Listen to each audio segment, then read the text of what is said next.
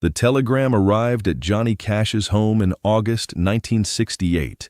Official government letterhead, Department of Defense seal embossed at the top. An invitation to perform for American troops in Vietnam as part of the USO Tour series. It was the kind of opportunity most entertainers would kill for. Patriotic, high-profile, career-defining. Bob Hope did it.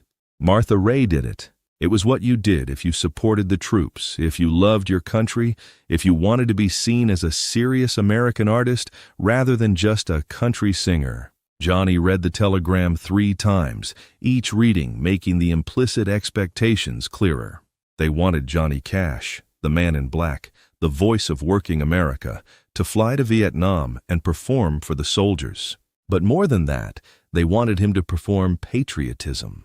To sing songs that reinforced the mission, that boosted morale by suggesting the war was righteous and victory inevitable. They wanted him to be a weapon of propaganda wrapped in a guitar and a smile.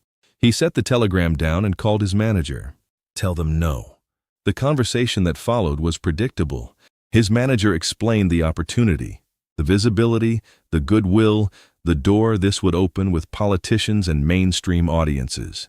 Johnny had built his career partly on being the outsider, the rebel, but here was a chance to be embraced by the establishment without compromising his music. All he had to do was show up, play some songs, shake some hands, and smile for the cameras. Tell them no, Johnny repeated. I'm not doing propaganda. I won't stand on a stage and pretend this war is something it isn't. They're not asking you to lie, John. They're asking you to support the troops. I do support the troops, Johnny said quietly. That's why I won't lie to them. The refusal created immediate consequences. Word spread quickly through industry circles that Johnny Cash had turned down a USO tour. In 1968, with the war dividing America and patriotism weaponized by both sides, refusing to perform for troops was political, whether you intended it to be or not. Radio stations questioned his loyalty. Journalists asked if he supported the troops or sympathized with protesters. The narrative forming was simple and damaging. Johnny Cash didn't care about American soldiers. The truth was more complicated and more personal. Johnny had served in the Air Force. He knew what it meant to be young and scared and far from home, following orders you didn't necessarily understand from officers who treated you like equipment rather than human beings. He knew the loneliness of military life, the way authority crushed individuality, the desperate need for something real amid the performance of discipline and duty. And he knew that what soldiers needed wasn't propaganda. They needed honesty. They needed someone to acknowledge that what they were experiencing was hard and confusing, and sometimes morally ambiguous. They needed music that reflected their reality rather than the sanitized version politicians wanted to believe. So Johnny made a decision that would never appear in any official record, never be photographed for Life magazine, never earn him praise from the Pentagon. He decided to go to Vietnam anyway. Not on the USO tour, not with government approval or military escort. Just himself, his guitar, and a commitment to actually serve the soldiers rather than use them as props. He told almost no one.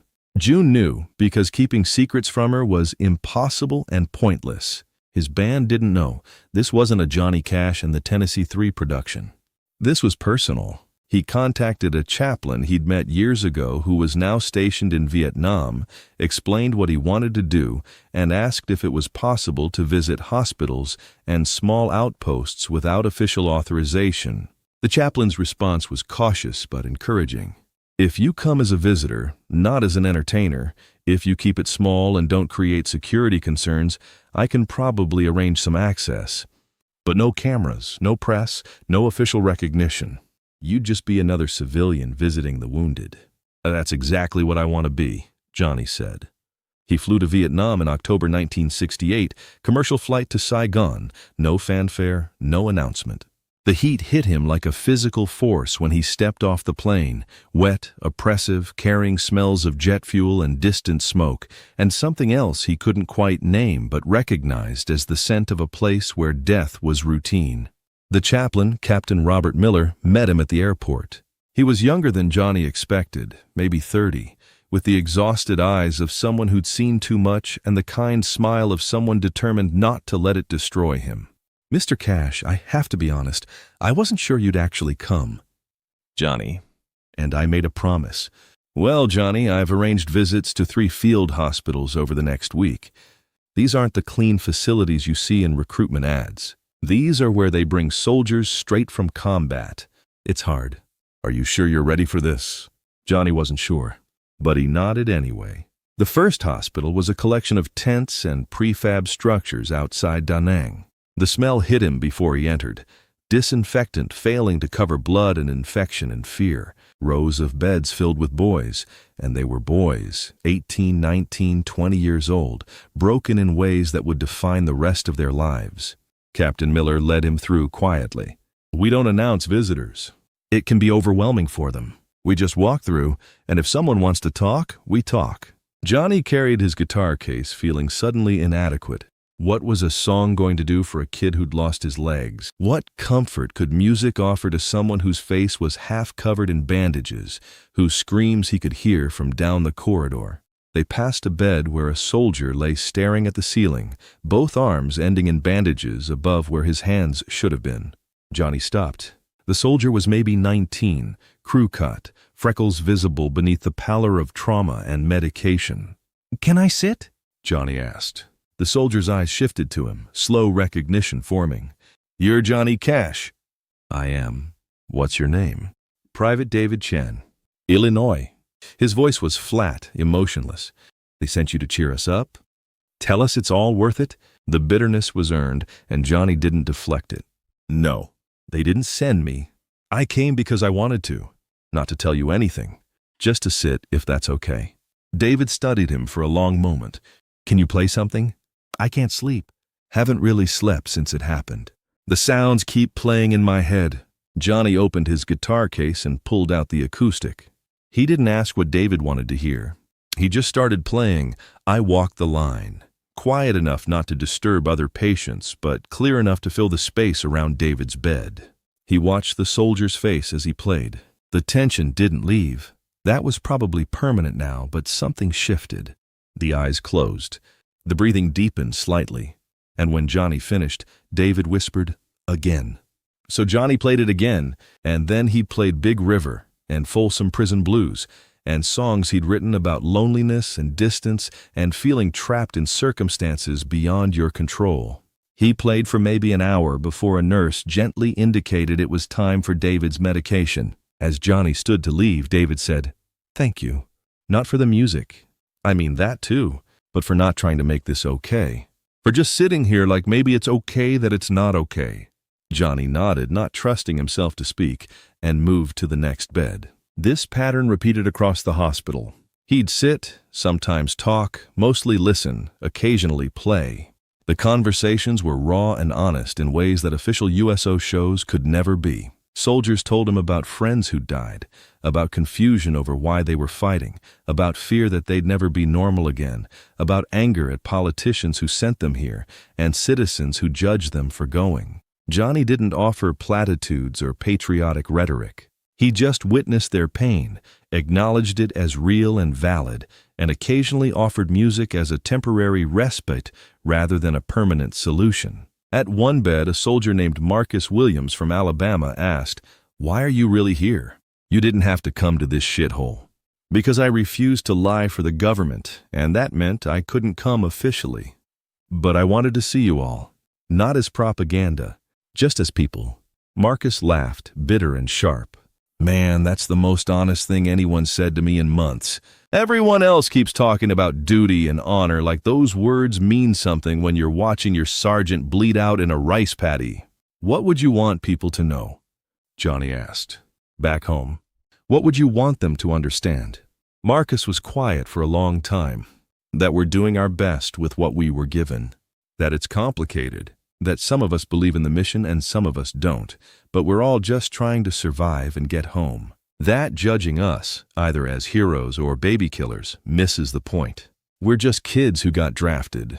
Johnny started carrying a small notebook. Between hospital visits, he'd write down pieces of what soldiers told him. Not for songs necessarily, though some of it would eventually become What is Truth and other tracks that dealt with war and authority and the complexity of service. Mostly he wrote because these stories deserve to be recorded, even if no one but him would ever read them. The second hospital was worse. More recent casualties, less stabilized. Johnny watched doctors work on soldiers who probably wouldn't make it through the night. He held hands with dying boys who called him by their father's name or brother's name, or just squeezed his hand like holding on to something solid in their final moments. A surgeon took him aside during a break. "I don't know why you're here, and I don't care. But whatever you're doing, keep doing it. I've watched hardened soldiers cry during your visits, not from pain but from relief. Someone finally treating them like humans instead of casualties or political talking points." The unofficial nature of his visits meant no security, no handlers, no script. He could say what he actually thought. When soldiers asked if he thought the war was right, he didn't dodge. "I don't know. I know you didn't start it.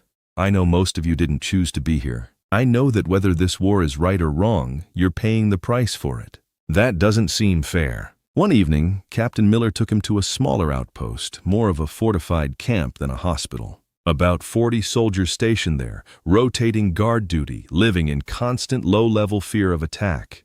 The commanding officer, a lieutenant maybe 25 years old trying to project authority he didn't fully feel, was skeptical. "We weren't told about this visit." "That's because it's not official," Captain Miller explained. "Mr. Cash wanted to come. No cameras, no press. Just a man with a guitar." The lieutenant studied Johnny. "You're really Johnny Cash? The Folsom prison guy?" "That's me." The lieutenant's skepticism softened slightly.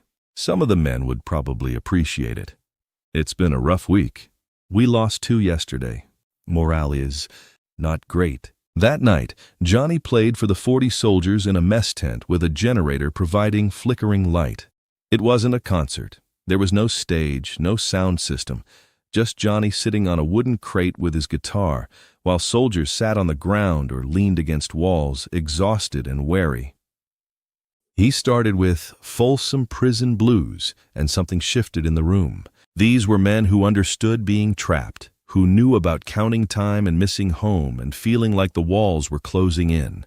The song spoke to them not as entertainment, but as recognition of their reality. Between songs, Johnny talked to them. Not at them, with them. He asked questions. What did they miss most about home? What did they wish civilians understood? What would help right now? The answers were heartbreaking in their simplicity. They missed normal food. They missed quiet. They missed feeling safe. They missed being able to trust that tomorrow would come. One soldier, barely old enough to drink, said he missed being able to care about things that didn't involve life and death. "I used to worry about stupid stuff like whether a girl liked me or if I'd make the baseball team.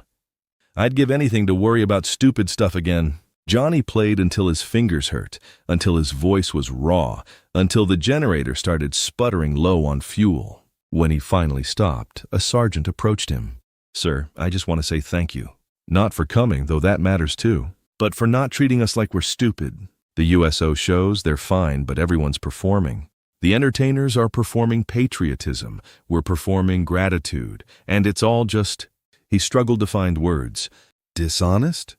Johnny offered. "Yeah, dishonest." This felt real. Over the course of a week, Johnny visited 7 hospitals and 4 outposts. He played for hundreds of soldiers in small groups, intimate settings where conversation was possible. He wrote down dozens of stories. He shook hands with men who'd never walk again, held vigil with families saying goodbye to sons who wouldn't make it home alive, sat in silence with soldiers too traumatized to speak. And through it all, he never once pretended the war was something it wasn't. He didn't wave flags or deliver speeches about American greatness. He just acknowledged these men's reality, their pain, their confusion, their humanity. The visit that stayed with him longest happened on the 6th day. A hospital ward for psychological trauma, what they'd called shell shock in previous wars, what would later be called PTSD. Soldiers who were physically intact but mentally shattered, staring at walls, jumping at sounds, lost somewhere between Vietnam and whatever home had meant before. A young specialist named Tommy Briggs sat in a corner, rocking slightly, eyes unfocused. The nurse said he hadn't spoken in 3 weeks, not since watching his entire squad get killed in an ambush he survived by hiding under bodies of his friends. Johnny sat next to him, didn't speak, just started playing I Still Miss Someone very quietly. He watched Tommy's eyes gradually focus, swimming up from whatever hell he'd been reliving. Halfway through the song, Tommy whispered, "My mom used to play your records before I shipped out." Johnny kept playing, didn't break the moment with questions or platitudes. "I don't know how to go home," Tommy continued, voice barely audible. "I don't know how to be the person they remember. That person died over here."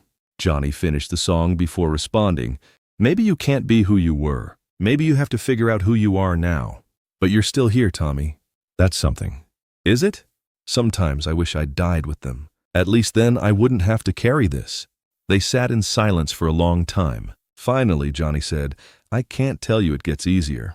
I don't know if it does, but I can tell you that surviving means something, even when it doesn't feel like it. Your friends didn't make it out. You did. Maybe there's a reason for that, or maybe it's just random luck. Either way, you're here, and that matters to someone." Tommy was quiet, then said, "Will you play the song again?" Johnny played it 3 more times before Tommy fell asleep, the first natural sleep he'd had in weeks, according to the nurse. When Johnny left Vietnam, he carried no souvenirs, no official commendations, no press clippings. Just his guitar, his notebook of soldier stories, and a profound exhaustion that went beyond physical tiredness into something closer to soul-deep awareness of what war actually cost. Back in the United States, reporters asked why he'd turned down the USO tour. He gave vague answers about scheduling conflicts. The truth, that he'd gone to Vietnam anyway on his own terms, remained largely unknown. A few soldiers he'd visited wrote him letters over the years, thanking him for the visit, mentioning how much it had meant. He kept every letter in a box he never showed anyone. The experience changed how Johnny approached his music and his relationship with authority. He became more vocal about questioning government narratives, more committed to seeing through propaganda regardless of which side it came from. Songs like Man in Black and Singin' in Vietnam, Talkin' Blues carried traces of what he'd witnessed, though he never directly referenced his unofficial hospital visits. In 1970, a veteran named David Chen, the armless soldier from the 1st Hospital, contacted Johnny's management. He'd been medically discharged, was living with his parents in Illinois, struggling with depression and adjustment. He asked if Johnny remembered him. Johnny called him personally. They talked for 2 hours. David admitted he'd been considering suicide, that the visit from Johnny in the hospital was one of the few moments he could remember feeling like a human being rather than a casualty. "You just sat there and played guitar like I was a person worth playing for." That stuck with me. Johnny started calling David every few months, just checking in. Over time, David found purpose working with other disabled veterans, using his experience to help them navigate the VA system and readjustment to civilian life. He credited Johnny's visit as a turning point, the moment he realized surviving could mean something beyond just not dying. Decades later, when asked about his greatest career achievements, Johnny rarely mentioned the hit records or the sold-out shows. Instead, he'd talk about Folsom Prison and San Quentin, about singing to people society had discarded. And occasionally, in interviews with journalists he trusted, he'd mention Vietnam. Not the official refusal of the USO tour, but the unofficial visits that followed. "I wasn't brave," he'd say. "I just refused to be used for propaganda." But the soldiers were brave. The ones who went because they were told to, who fought in a war they didn't fully understand, who came home broken and got treated like they'd done something wrong. Those were the brave ones. I just played some songs. The official USO records show Johnny Cash never performed in Vietnam. But in the notebooks of dozens of soldiers, in letters sent home during long nights of recovery, in memories shared decades later at VFW halls and veterans' hospitals, Johnny Cash was there. Not on a stage with flags and speeches, but sitting on footlockers and beside hospital beds, playing guitar for men who needed honesty more than they needed patriotic performance. The concert that never happened officially became one of the most important musical events of his career. Not because it was recorded or reviewed or remembered by the general public, but because it was real. Because he chose truth over propaganda, soldiers over politics, humanity over career advancement. In his final years, suffering from the degenerative diseases that would eventually kill him, Johnny received a letter from the family of Marcus Williams, the Alabama soldier who'd questioned why he was really there. Marcus had died in 2001, diabetes and complications from his war injuries finally catching up with him. But before he died, he'd told his children about the night Johnny Cash sat by his hospital bed in Vietnam and treated him like his story mattered. "Dad said you were the only person during the entire war who asked what he thought instead of telling him what to think," Marcus's daughter wrote. He never forgot that. None of us who heard the story did either. Johnny kept that letter with the others, evidence of choices made and roads not taken and moments when doing the right thing meant walking away from the easy thing. The Vietnam concerts that never officially happened remained some of the most important music he never recorded, played for audiences he never counted, in a country that tried to use him as a tool and discovered he was a man instead.